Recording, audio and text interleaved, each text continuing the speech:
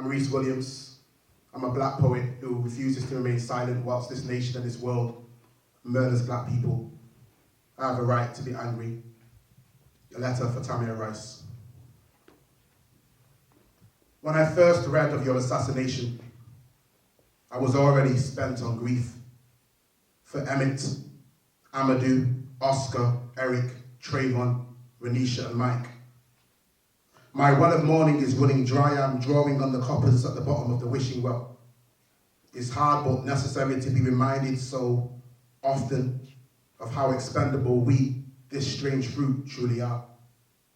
You left your house that day armed with an arsenal of ambition, loaded with hope and ready to explode with potential.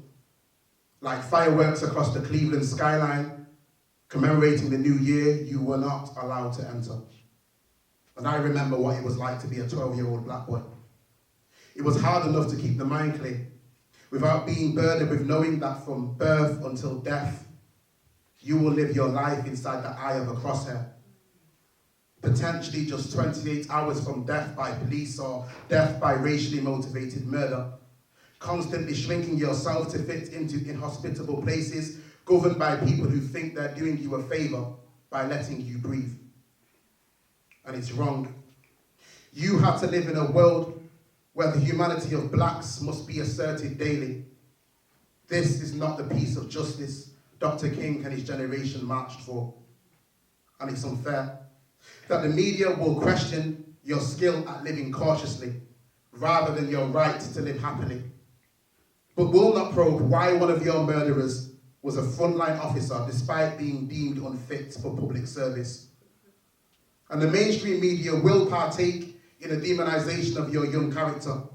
You will be presented as the villain rather than the victim of a modern-day lynching. The inquest into your murder will be nothing more than perfunctory. A grand jury will decide that your death certificate was not signed when the 911 dispatcher asked the caller whether you were black or white, not once but twice. They will not apportion accountability for your killers giving you just 2 seconds to react to their supposed calls of "put your hands up" before shooting you twice in the gut and forcing you to spend 4 of your final conscious minutes in the presence of your murderers, deprived of your right to first aid, or even the comfort of having your 14-year-old sister by your side as life left your body. And I'm sorry that you never lived long enough to learn that the difference between childhood mischief and presumed juvenile criminality is not the difference between an authentic firearm and an air gun, but the difference between black skin and white skin. Dear Tamir, I promise to write down and speak up until the world and in years to come the history books speak of your name and the countless others in the same breath as genocide.